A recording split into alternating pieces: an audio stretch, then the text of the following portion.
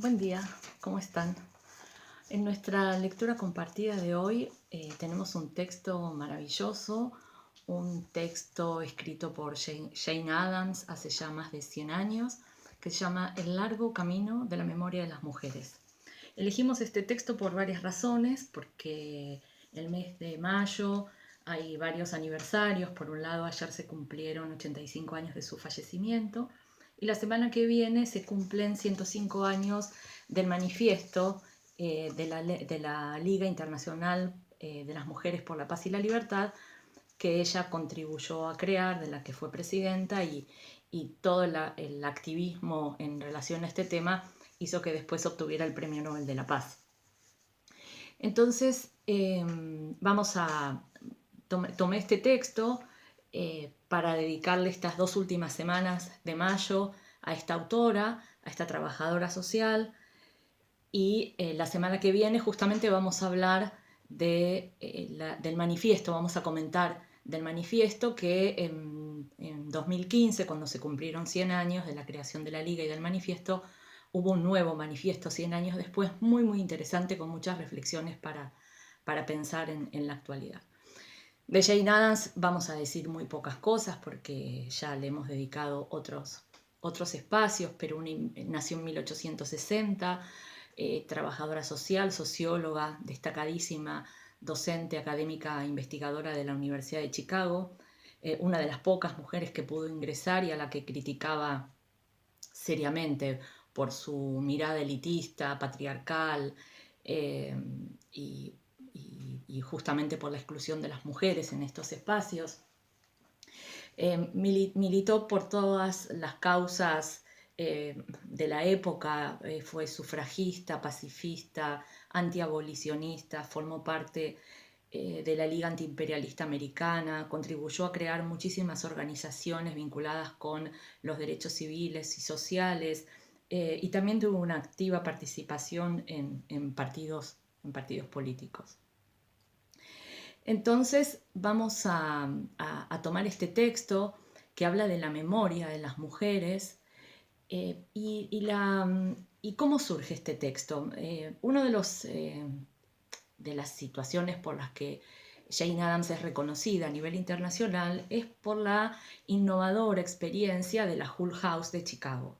La Hull House de Chicago fue una suerte de centro comunitario, una experiencia muy innovadora en lo social, que nació en Inglaterra, de la mano de Samuel Barnett y Henrietta Rowland.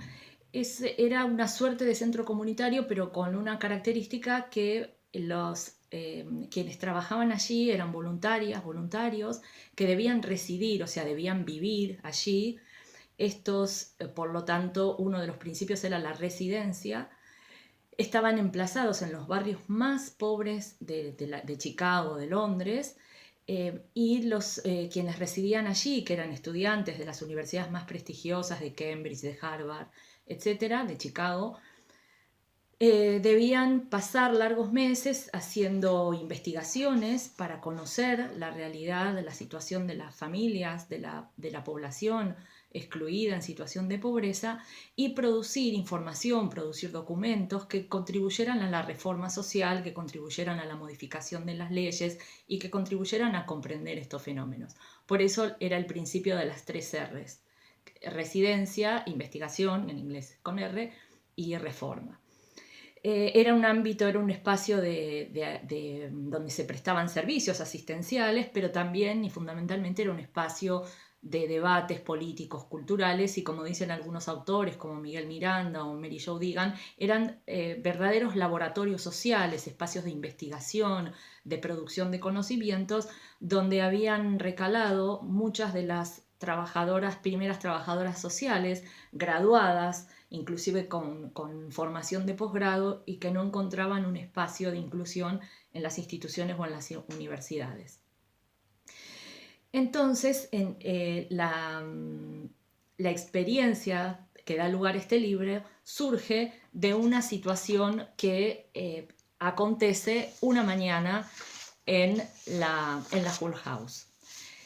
Una y lo que nos interesa de este texto va a ser justamente no solo el contenido, el contenido, sino vamos a rescatar cuestiones que tienen que ver con lo metodológico, que tienen que ver con la escucha y la vinculación entre investigación e intervención profesional, que eso es una de las cuestiones que más nos interesa, ¿no?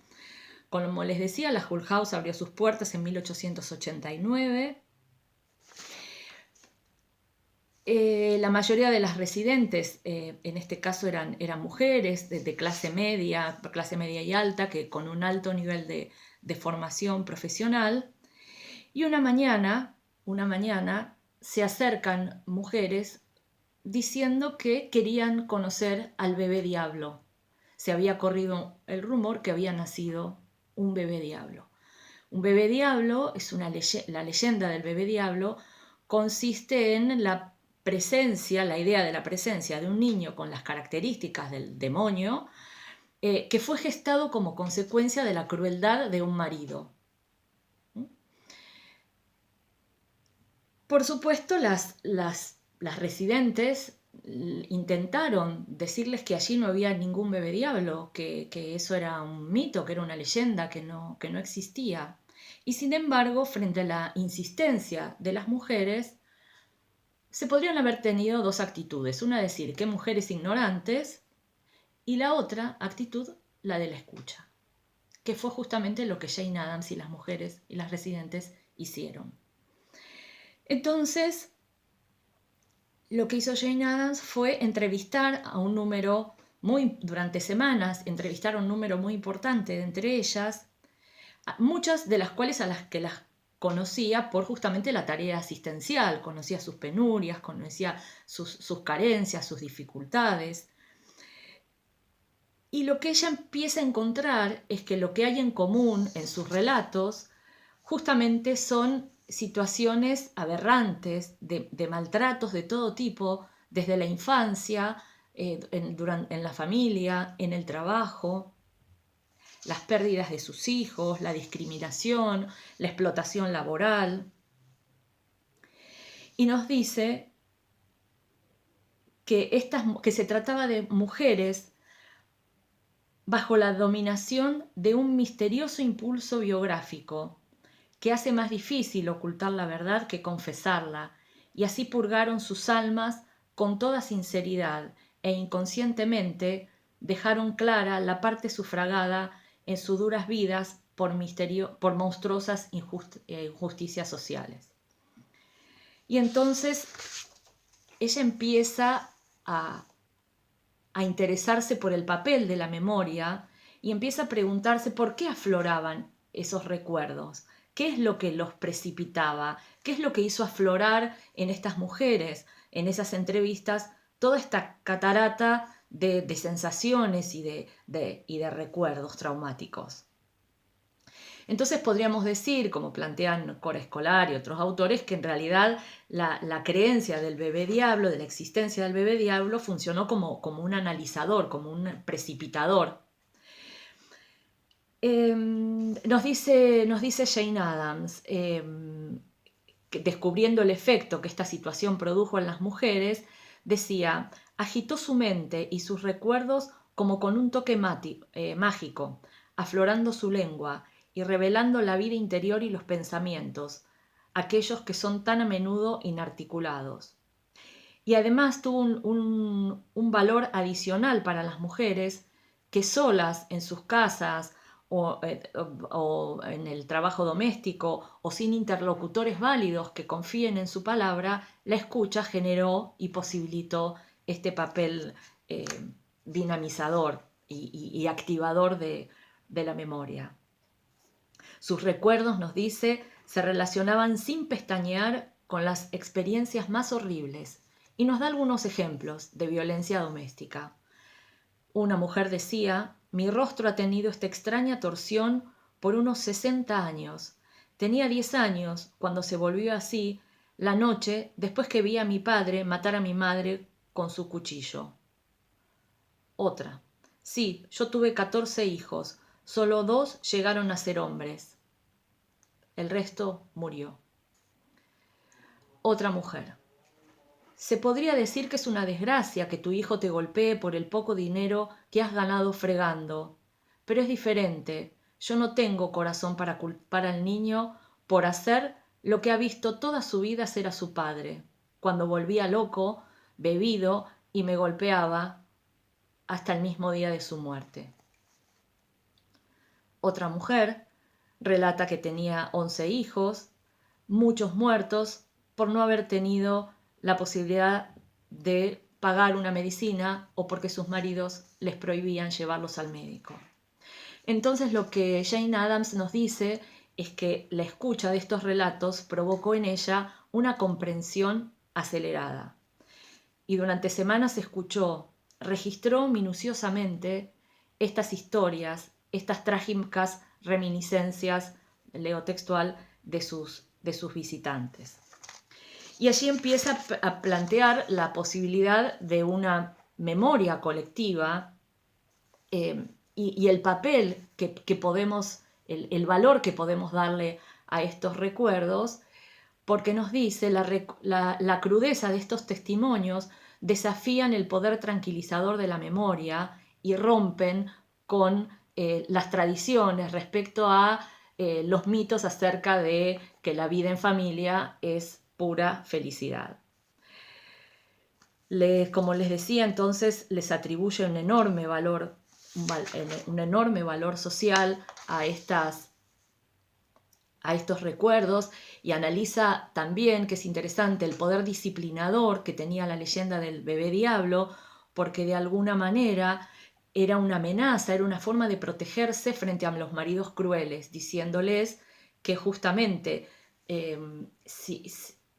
lo que era interesante que ella cuenta es que la mayoría eran mujeres grandes, ancianas y muchas analfabetas que arrastraban a sus maridos hasta la puerta de la Hull House para que vieran que había un bebé diablo, como un escarmiento, como diciéndoles que si ellos las maltrataban, iban a engendrar un bebé diablo que después las vengaría. El texto culmina con la situación de las mujeres jóvenes obreras. Ella primero se dedica al denominador común de estas mujeres, que eran mujeres ancianas, muchas de ellas inmigrantes, casi todas analfabetas. Después dedica una parte a hablar de las jóvenes obreras, operarias. Está transcurriendo la Primera Guerra Mundial cuando se escribe este texto. Y por último, le dedica un papel importante, un lugar importante a las mujeres que perdieron sus hijos en la guerra, que criaron y entregaron sus hijos en la guerra. Pero sobre esto vamos a hablar la semana que viene, cuando nos dediquemos al manifiesto de la Liga Internacional de Mujeres por la Paz y la Libertad. Entonces les dejo con esta frase que nos dice: el pasado no es lo que hemos hecho, ni las aventuras que hemos conocido, sino la reacción moral de los acontecimientos pasados dentro de nosotros mismos. Les dejo entonces hasta la semana que viene, y pueden disfrutar también si pueden disfrutar de esta obra, se las recomiendo. Y también, hay un artículo escrito analizando este texto en la revista Debate Público de la carrera de Trabajo Social de la UBA, que vamos a dejar el link en la página para que lo puedan consultar. Bueno, hasta la próxima.